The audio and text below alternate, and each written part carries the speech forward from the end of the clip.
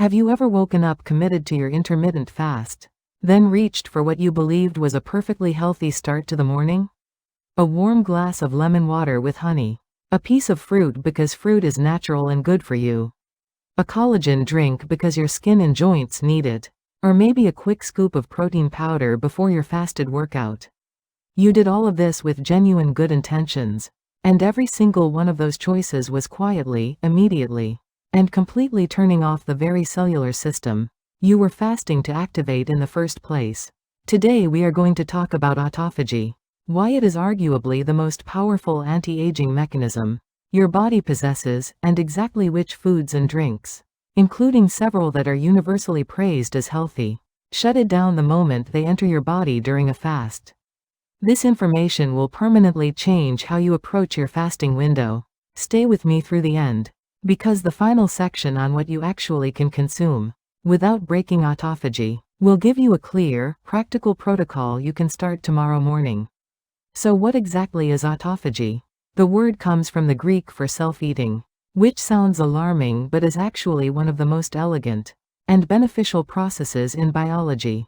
Every cell in your body accumulates debris over time, damaged proteins that have been misfolded and can no longer function, worn-out mitochondria that are producing more toxic, reactive oxygen species than useful energy, fragments of viruses and bacteria from past infections, precancerous cellular components that have started behaving abnormally.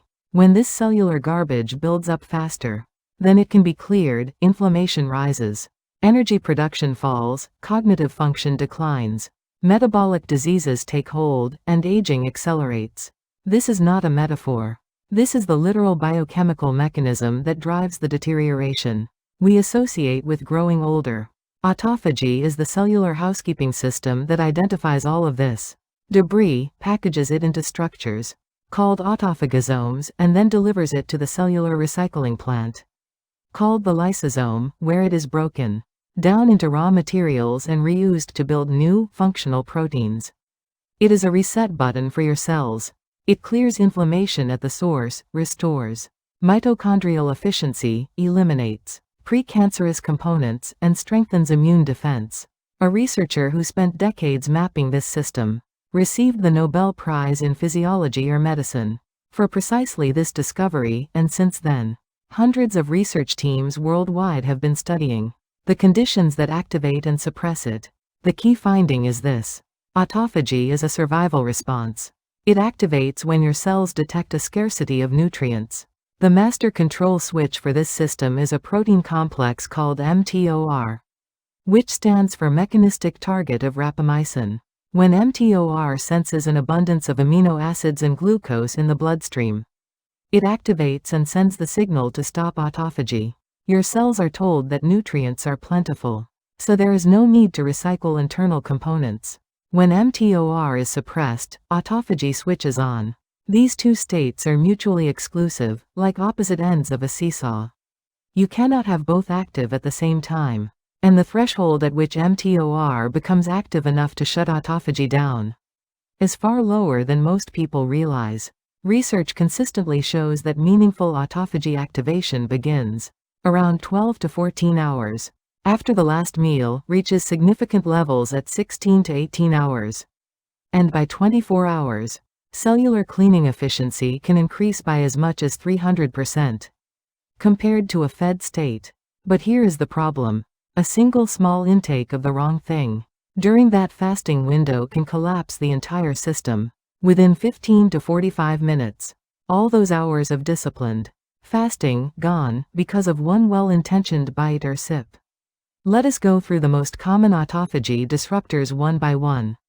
The first is honey. Honey is a genuinely remarkable natural food with documented antimicrobial and antioxidant properties, but 1 teaspoon of honey contains approximately 17 grams of sugar, split between fructose and glucose.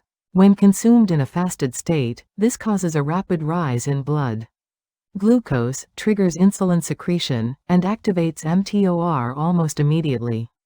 Research tracking autophagy-related protein levels found that a single teaspoon of honey consumed during a fast caused a measurable and significant decline in autophagy markers within 45 to 60 minutes. and the full restoration of pre-intake. Autophagy levels required an additional 2 to 3 hours beyond that point. If you have been starting your mornings with honey water, believing it supports your health during your fast, the biochemical reality is that it has been reliably ending your cellular cleaning session every single morning. The second disruptor is lemon juice or lemon water. This is one of the most deeply entrenched health myths. In popular wellness culture, the warm lemon water morning ritual has been recommended for everything from digestion to detoxification to weight loss. Lemon juice from one lemon contains approximately 3 grams of sugar, which is small but not zero. More importantly, the citric acid in lemon juice stimulates digestive enzyme secretion and gastric acid production, and in doing so triggers a partial insulin response. Studies examining the effect of even diluted lemon juice on fasting biomarkers found a measurable reduction in autophagy efficiency. Not a complete shutdown but a significant impairment. For those practicing fasting specifically to maximize autophagy, lemon water during the fasting window is counterproductive. The third and arguably most surprising disruptor is fruit. Fruit is so deeply associated with health that it feels almost wrong to question it in any context. But in the context of a fasting window aimed at maximizing autophagy, fruit is a direct and powerful disruptor. A medium banana contains roughly 27 grams of carbohydrates. A medium apple contains approximately 25 grams of sugar. Even a single orange delivers around 12 grams. These sugars, particularly fructose, are processed rapidly and trigger mTOR activation. Research has found that fructose may actually activate mTOR even more potently than glucose in some pathways, because of how it is metabolized directly in the liver. Fruit is extraordinarily beneficial when consumed as part of a meal, or in the post-meal window. But eating fruit during your fast, regardless of how natural or nutritious it is, halts autophagy reliably and quickly. The fourth category is protein and amino acid supplements. This is where the autophagy disruption is fastest and most complete. mTOR is exquisitely sensitive to circulating amino acid levels, especially the branched-chain amino acids leucine, isoleucine, and valine. A single serving of BCAA supplements consumed during a fast has been shown to reduce autophagy markers by 30 to 50% within just 15 to 20 minutes. Whey protein shakes are even more potent disruptors, delivering 20 to 25 grams of amino acids at once and driving mTOR into maximum activation. Collagen drinks, which are widely marketed for skin, joint, and gut health, are composed of collagen peptides that are themselves amino acids, and they suppress autophagy through the exact same mechanism. If you consume these products, they are valuable for the purposes they are designed for, but they must be consumed within your eating window, never during your fast. If preserving autophagy is a priority, the fifth disruptor is coffee or tea with additions.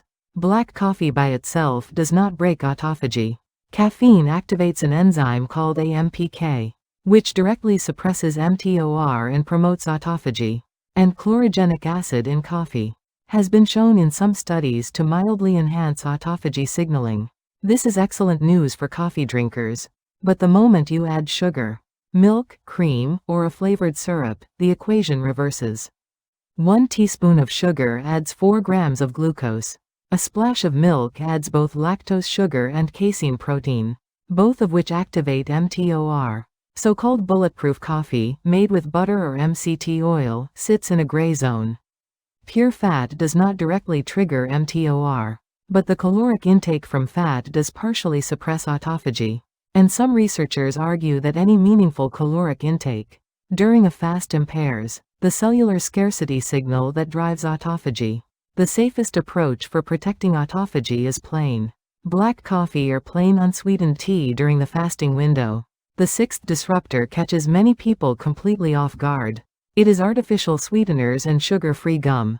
The logic seems sound: no calories, no sugar, no insulin response, so no problem. But studies examining the neurological response to sweet taste found that, even without actual sugar present, sweetness triggers what researchers call a cephalic phase insulin response, meaning the brain, upon detecting sweetness at the taste, receptors begins preparing the body for sugar by priming a small insulin release. Sucralose and aspartame appear most likely to produce this effect, while the research is not yet fully settled on the magnitude of this response. For those who want to protect autophagy rigorously, eliminating artificial sweeteners from the fasting window is the most conservative and defensible approach. Now for the genuinely encouraging part. What can you safely consume during a fasting window without disrupting autophagy? Pure, still or sparkling water is entirely neutral and supports autophagy indirectly by facilitating the clearance of cellular waste products through the lymphatic system and kidneys. Plain black coffee and unsweetened green tea actively support autophagy through caffeine, chlorogenic acid, and the green tea compound EGCG, all of which activate AMPK and suppress mTOR. Herbal teas that contain no added sugars or amino acids are safe.